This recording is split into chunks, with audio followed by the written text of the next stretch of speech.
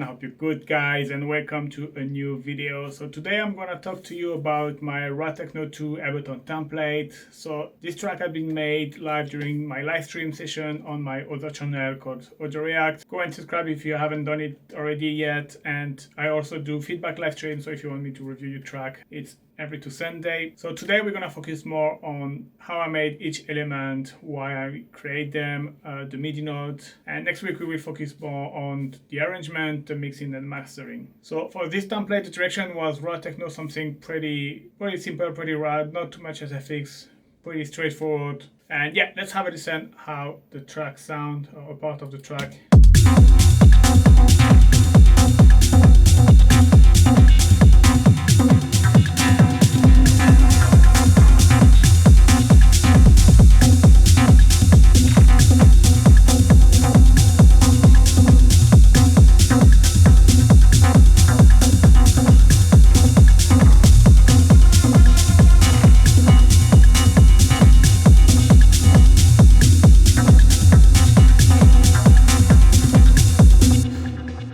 So yeah, the global idea of the track was like I wanted something not too sophisticated, not too polished, like something a bit rough. And that's why I kind of used for the kick, for example, which sound like this.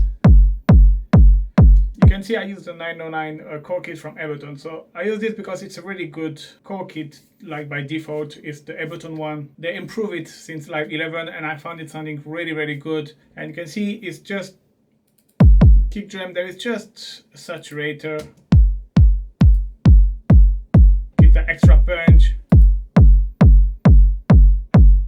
and the drum burst is giving this impact and this punch as well. And yeah, that's it for the kick. Is like I said, it sounds pretty good, the default one. And the idea of the track, I wanted to don't use a rumble, so you can see there is absolutely no rumble after the kick, and I use a bass line, and that's something I really wanted, and you use tom as well to have something different than always using rumble. I'm gonna come back to this later. I'm gonna talk about now the hats. So same the hats, I use the 909 classic hats and on the first time, so for the close hat. And it's a classic 16 close hat pattern. You can see I have some rolling. Here you can see I've done something, instead of having every 2 bar, at the end of every 2 bar, you can see here it's at the end of the 3rd bar, and then at the end of the 3rd bar. So it's like 2 bar, 3 bar, 3 bar. So it's just like avoiding to have always the same pattern repeating, like kind of you will expect every 2 bars. So it's gonna be 2 bars. So it's gonna be 2 bars, 3 bars, 3 bar, 2 bar, 3 bar, 3 bar, which is a bit less repetitive than if it was every 2 bar. And then I use the ride, so here you can see I haven't processed that much anything. I just had a bit of reverb for both, but you can see there is not that much process. I just tune it the way I want it.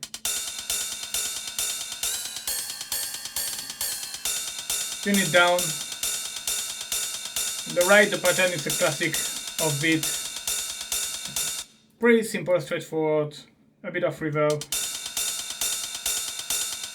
I was almost done put it because even if it's dry, that was fitting the track anyway. So you might wonder why I didn't keep the same core kit rack for the kick and the hats, and just it's because when I made the track I used the same rack for all of the elements. You're gonna see I have tom as well. I'm gonna talk about it in a minute. But then to break down everything and I rather separate, once the track has been made, I rather to separate everything just to have like things separated if I want to process them differently, even for mixing. So it's just more clear for me and as well more clear for you. And then I have another hats section where I use sample and I use my drum rack. So that's a drum rack I created especially for hats. You can see you have some return. I will put it in the description if you want to find out more. I'm not gonna do more long about it. It's just like I just have to, I can just drop sample and then send effect. And you can see here again I don't have much process. I have 2 open hats, and you can see here there is absolutely no process. You just have this frequency shifter. I'm gonna talk about it in a minute. You can already hear what it's doing. But yeah, I have it's kind of granular open hats, 2 samples that I've layered, and you have a ride which is kind of a noisy ride. To compare to this one, which is more like metallic. You see, I like to have 2 different kind of ride, more like a noisy one and more like a kind of metallic gritty one. And yeah, the pattern is same like here. The opener hats, it's offbeat, and the right you have one on the beat and one offbeat, which gives this impression. And I have an extra open hat here when the right is playing. It's just like kind of creating a different little ta-ta-ta. Okay, without and with. Alright, and then I have add frequency shifter, so you can see it's modulating the pitch with the LFO. Every 3 bars you see it's going up and down. Just to add variation to down, I like to do that sometimes. And I've actually done it with the close hi-hat as well. I forgot to talk about it here, but if you check the close hi-hat here, you have one. So here it's a little bit different. You have a saw up waveform, so which means like the pitch is gonna go from down and it's gonna rise up and up, and this on the length of 8 bars. So which means like here, for example, it's gonna start with the pitch down and it's gonna go up and up and up until there, and there it's gonna reset. You can see because it's a ramp up, so it's gonna reset again down, and you're gonna hear what it's doing. You can start to hear, start to pitch it up. It just adds a bit of tension. And then you're gonna see it's gonna reset. Every 8 bars, then it reset and it starts again. Alright, so that's stuff that I'm not usually often doing, but I experimented and it was sounding good, so I've kept it.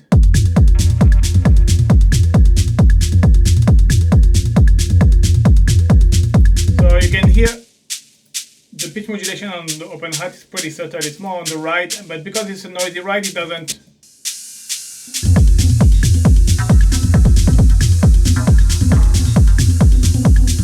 It kind of sounds cool. I mean, I like. Because it's not a too obvious effect neither. So yeah. Now the tom. So the tom I have 2 again. I have here again the from the 909 core kit.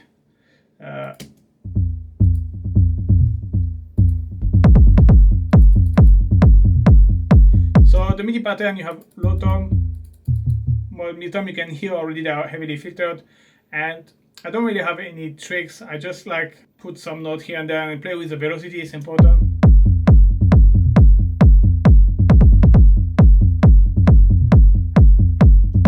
And you can see here again. Not that much process, I just EQ down, and I didn't even change the tune or add some drive. Just EQ down because I didn't really, the 909 tom, some depending the kind of track or the kind of vibe you want, I rather filter them a little bit. And then I have another one, just a sample. You see, I didn't want them to be too aggressive and sharp, so that's why I filter them. And this one is playing actually in the same time than the other. You can see this one is the first tom and this is the second tom.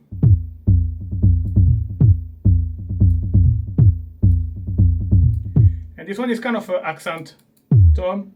It kind of gives an extra impression.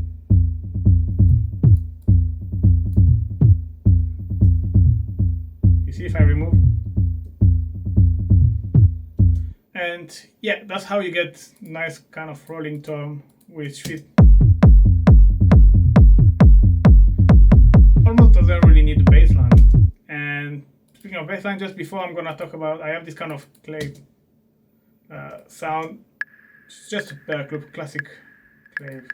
And then you have the bass line. So for the bass line, like I said, I didn't want it to rumble, so I wanted to create bass line, and so the scale is E minor.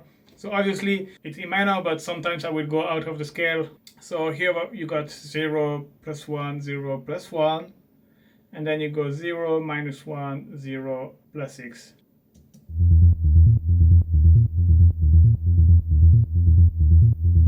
So it's nice to have this note a little bit higher than the other because it gives again this impression, this kind of little jump. And the preset itself is pretty simple. You have a square waveform.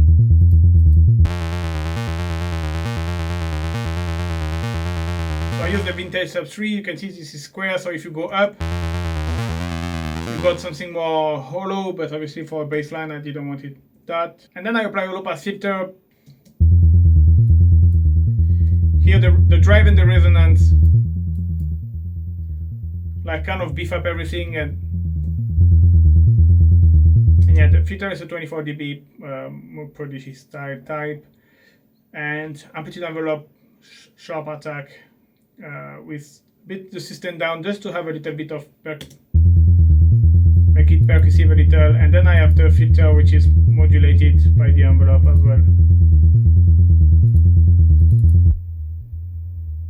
which gives this pluckiness and this a bit more percussive. And it's in mono, and as well I add some randomness in the filter frequency, amp, and pitch. This is just like to make it slightly change at each note. And yeah, then a bit of delay to make it a little bit more moved at stereo. I usually put around 30% the feedback and the dry wet, and I put in 3. I like this, it sounds good. And then it's just some sidechain compression, bass in mono, and to low pass. And then with the kick,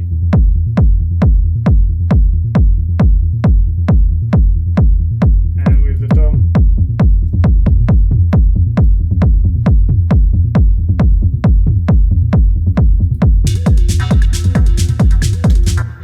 Right, and that's it for our bass and our more or less our groove bass. Then you have different lead elements. You have 3 lead elements. So you have this key one. So this was the main ID basically at first, but you were gonna see that but on the end I just use it as something in the background, just to be like the backbone of the track. It's kind of classic sound. It's pretty easy to make. The others is always like to kind of finding an interesting melody, and this is usually by experimenting. I don't really have especially tips. So yeah, actually I have one tip that I can give you. It's trying to play over different octaves. That usually help. And you can see this, you have E2, and then after everything it's more like in the E3 range. So you can see you have F3, which is basically just one semitone upper than your root note, but an octave upper. And then you have B3, which is basically the 5th, and then you go back to F3, and that's it.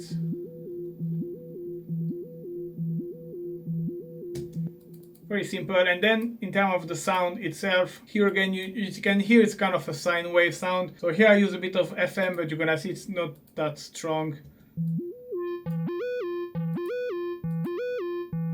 If I remove the FM, it's just add a bit of grit. Here the main things is the glide, so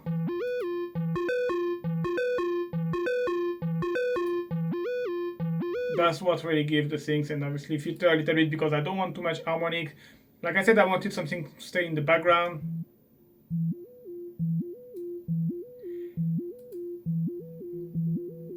A bit of delay, so you can see the delay. I usually use the same settings. I like to put it in 3 with feedback around 30%. Here I've been a little bit more, but and then the dry rate around 30% in ping pong most of the time. And I filter the way I like, so depending of which frequencies. And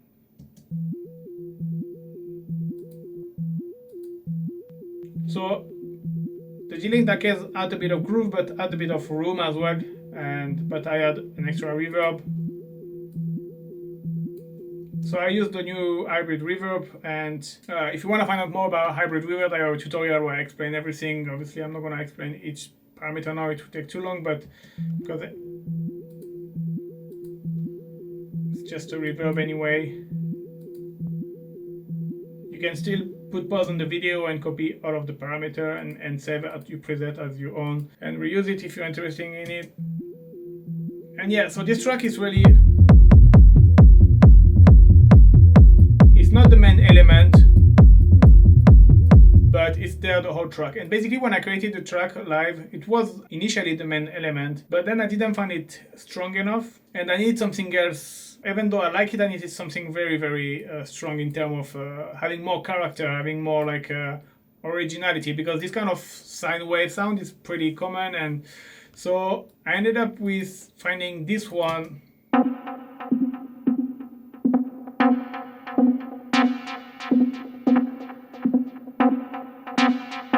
Which is kind a bit of a weird sound, and I use my Microsoft track. So I'm gonna put the link in the description if you wanna find out more. But basically, I create this rack. I used operator, and the thing is, the main characteristic of this rack is I use the feedback. So in operator, when your oscillator are not modulated by other oscillator, you have here a feedback setting that you can play with, and you're gonna hear. If I remove the feedback, it kind of sounds basic.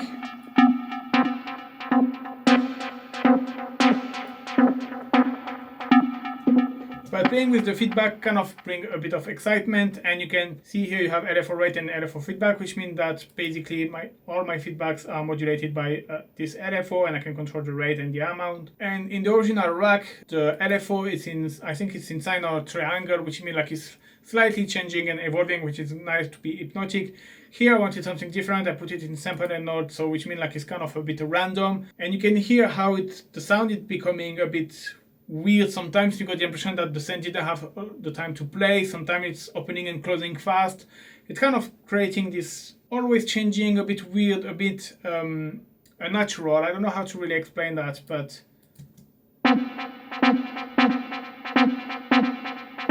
you can see if I put in sine,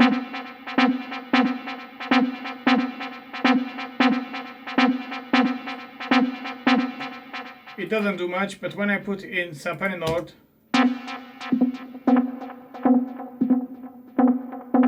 you can see like how it's closed, sometimes it's pop up, open the filter.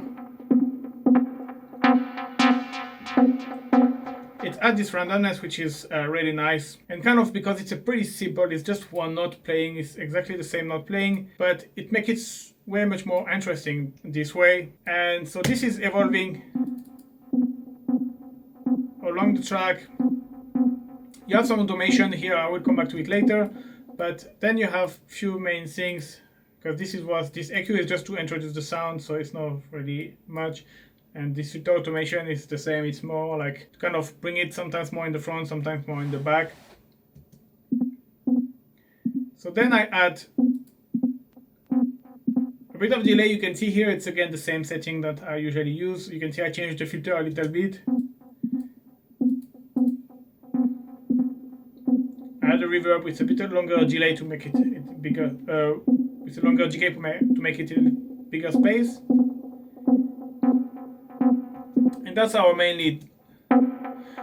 Now to make it even more interesting and always changing, I add this audio effects rack as I created. It's an audio effect rack, and basically it has two functions. You can either use it as to kind of completely change a sound. You can take a basic sound and you can play with different macro to kind of make it sound weird and uncommon sound, or I like to use it as well to add variation. So I put it on the track that I like, and I will play sometimes.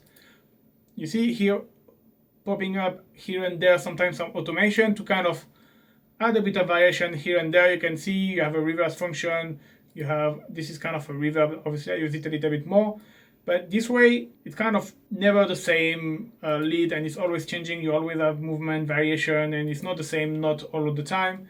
You can, so you have this kind of metallic delay, you have this reverse, which is gonna reverse, or this kind of reverb, and you have this tube as well, but I haven't used it much. But yeah, this way it's a great way to add a bit of variation. Now you have lead stereo, which is basically exactly the same than the first lead. So what's happened is this lead is pretty mono. I mean, it's not that it's pretty mono, but I want it to be a bit more stereo and like taking the full spectrum and the full wide of your stereo image. And what I've initially done is, you see, I've added the stereo which is a delay device basically, but as a harsh effect. You can see you have the draw rate 100%, no feedback. The delay in time mode with 17 milliseconds, which basically kind of, you see here it's pretty mono. And then it's kind of make it super stereo.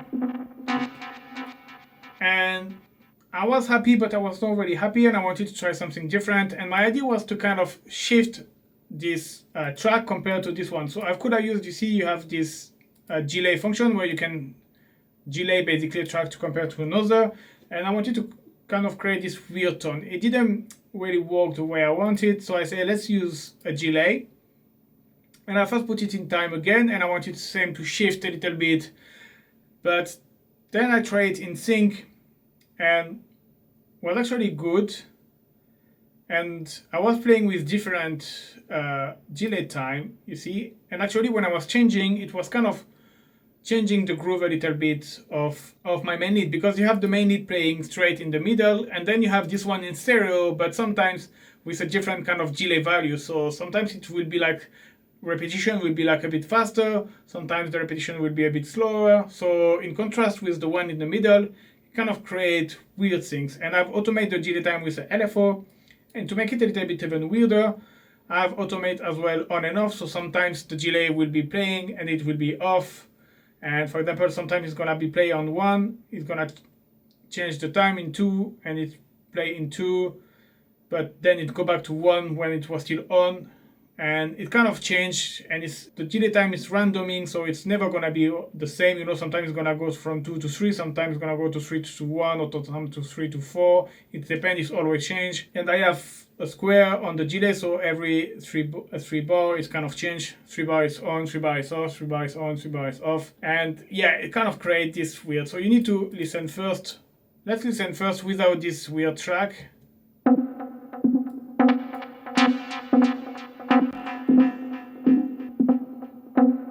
So pretty straightforward in the middle. And now I'm gonna add the stereo one.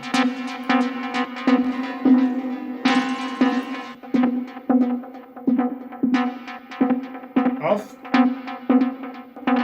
on, very short delay, off, on, very short delay, but now fast.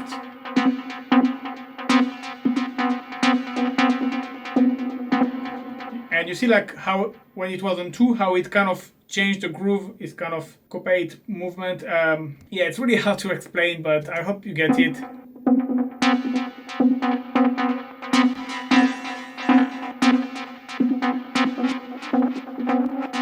And I put it in fade and not repitch, because if you put in repitch, it will like kind of glide the pitch and the delay time, and it's gonna be like weird pitch variation that I didn't want it. So I left it in fade. I removed the filter, and yeah, this is something I've experimented with this track. I like it. I wanted to add a bit of variation and a bit of stereo and the randomness, and yeah, it kind of worked. So I might use it a bit more in the future for my own production as well. All right, then let's go into the SFX. So the SFX, we have the 4 first one, which I call them SFX, but it's more like sound, weird sound, which are like popping and playing here and there. And if you check all the MIDI, you're gonna see that it's just one note playing here and there. And another thing that you can check is the length of each one. So you can see that they don't align. If you check, for example, the drums, you can see like how everything is always aligning, even compared to the bass.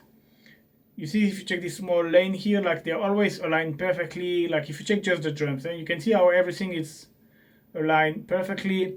But then now if you just check the SFX, this SFX here, you can see how they are not aligning, you know, and they are like always kind of shifting.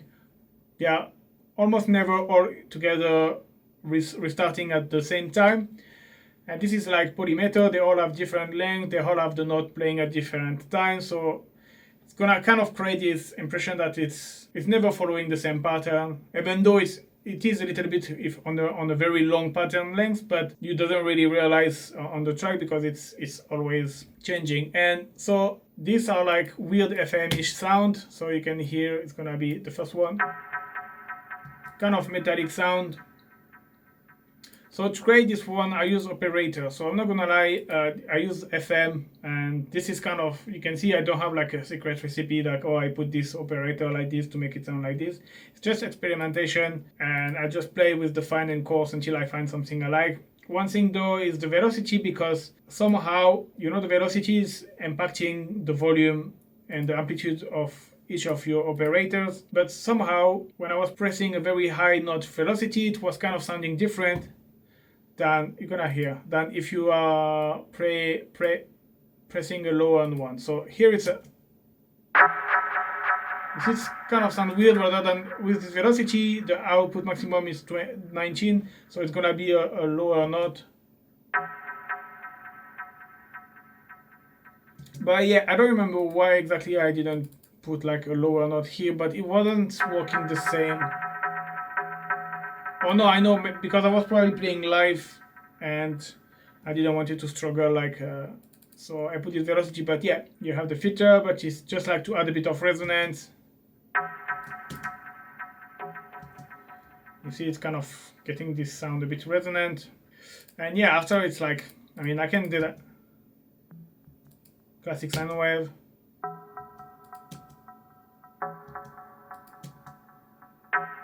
I mean, if you know operator, you know that it's good to experiment with. And nothing much to say with. Then some EQ, delay, and reverb. Again, it's like delay to add movement. So here I haven't put 3-3, I put 2-3. You get this ta-tan effect with a long feedback because I wanted a long tail. Because you can see that the next one is very far away from the other, so you can have a long feedback. It's fine. And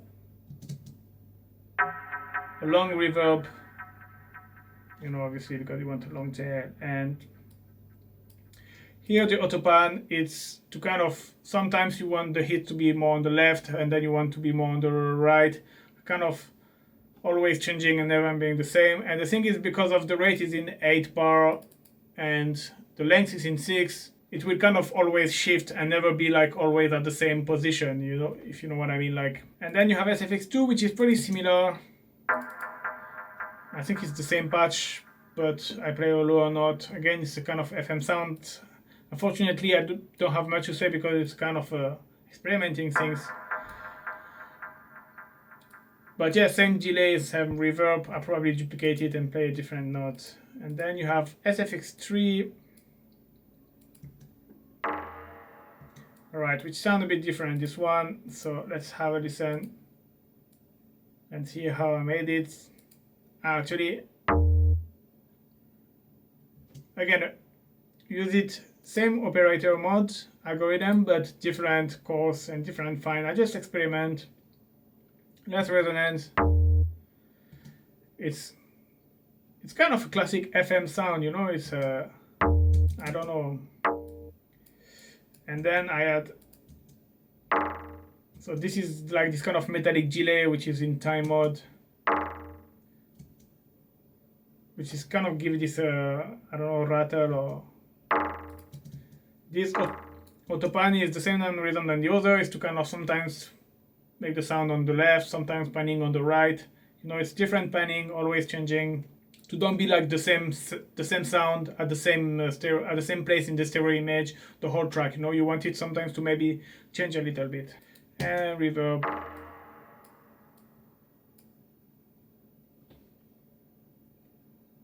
And then you have SFX4.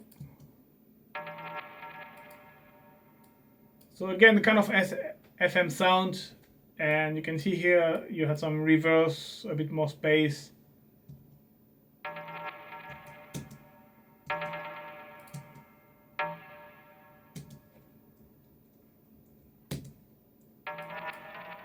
Autopan, same reason, and reverb. And so this is really like to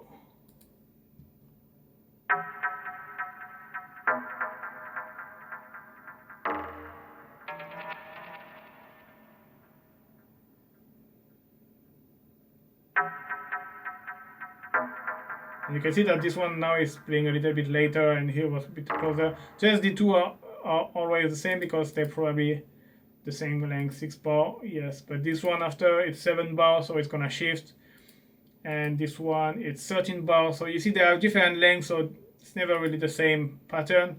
Then you have this SFX, which is kind of a transition SFX a little bit, but as well like a weird SFX to kind of add a movement. So I used my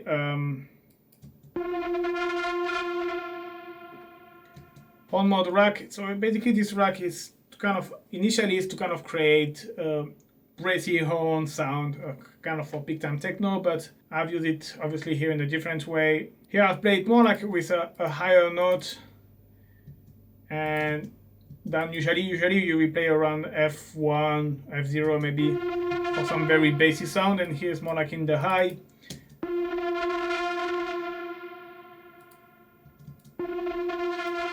And here you can see I automate the pan just to kind of make it move to the left to the right, or to the right to the left, or to the left to the center, or to the right to the center. It really depends, but yeah, again, if you want to find out more about this rack, I will put it in the description, and you can have. So this really helped the transition. I mean, for the first part, I use it like just right before adding a new element is playing, but for the second part, I play it at the beginning of each bar. Don't ask me why, it just came out.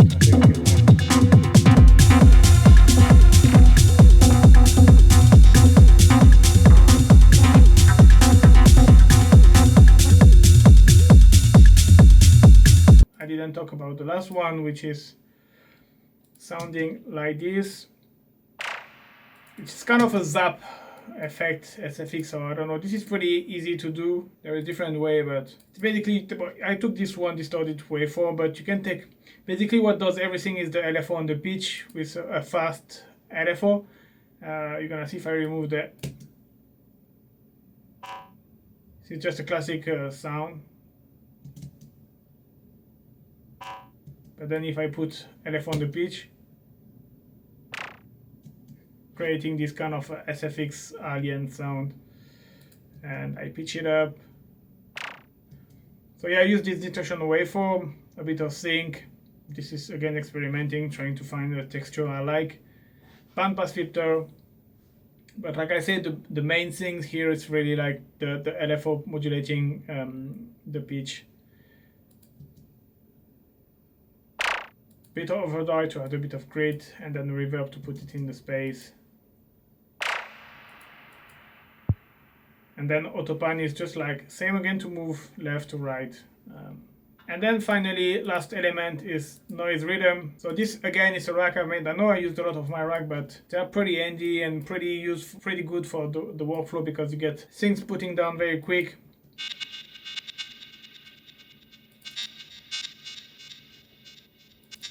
So this I've used it a little bit different than usually. Usually I would have like, I would just press one note and it will kind of play this rhythmical noise by itself, because I have some LFO playing here inside. If you go to matrix, you see you have two LFO which are modulating, and that's what creates the groove. Basically it's a noise, and then you have LFO modulating decay, so which kind of create these groovy noisy things. So here, instead of using like a straightforward rhythm, which I could have, I decided to be more like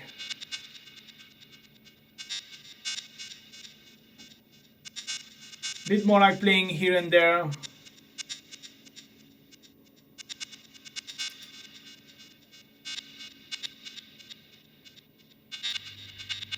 And I have the autopan. This one is pretty fast, right? So that means it's going to left to right, but pretty quickly.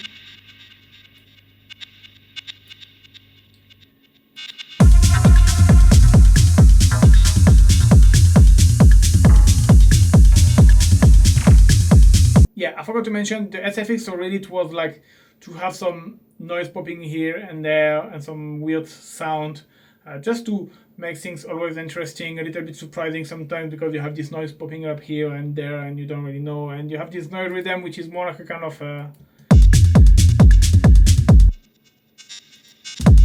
metallic rhythm, noisy metallic rhythm, which is there. Add a bit of groove, add a bit of ambience and mood. And yeah, then you have the Mixdown. So I have a Mixdown because usually I have some effect, some master effect. So what I call master effect is like effect that have more like a sound design purpose. Like for example, a low cut on your track, you know, it's what I call a master effect. And it can be sometimes some wash out effect. I have sometimes a bit repeat as well. And I like to have them different on a different channel than you master, because I like to keep the master just for the mastering chain. And especially for a template like this, it's easier for everyone to understand which effects correspond to a mastering chain and which effects are more like a kind of a sound design effect. So that's why I'm sending all of my tracks. You can see you can just select them all and send them to the Mixdown, and then on Mixdown you just need to put no input and in. And I have the Sidechain Track I haven't talked, but it's just a 909 clap that I use to trigger all of the sidechain compression. For example, here I have some sidechain compression, and I like to have different colors just to help me. It's every 8 bars, so like this I have an idea of the length of each part of the track. And yeah, that's pretty much it for all of the elements. So next week I will talk more about the arrangement. You can see it's kind of different layer. Like usually I will use chorus, verse. Here it's a little bit different, and I will explain you why. I will talk a bit about mixing and mastering as well. So yeah, don't forget to like and subscribe. You can grab the project and the template, the link in the description. It's a great way to support me. Thank you very much for watching, guys, and see you next week. Bye bye.